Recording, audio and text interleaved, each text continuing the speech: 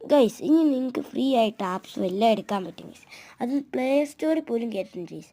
നിങ്ങൾക്ക് ഇഷ്ടമുള്ള സാധനം ചിലപ്പോൾ പ്ലേ സ്റ്റോറിൽ അങ്ങനെ ഒരു ഗെയിം കാണത്തില്ല ഗൈസ്.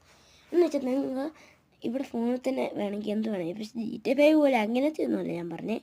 നിങ്ങൾ ആദ്യം തന്നെ സെർച്ച് പോയി അതെടുത്തിട്ട് നിങ്ങൾക്ക് ഇഷ്ടമുള്ള ഞാനിപ്പോൾ ഇവിടെ ഫ്രീ ഫയർ മാക്സ് അടിക്കുന്നത് അതെൻ്റെ ഇപ്പോൾ കറണ്ടിൽ അൺഅവൈലബിൾ ആണ്.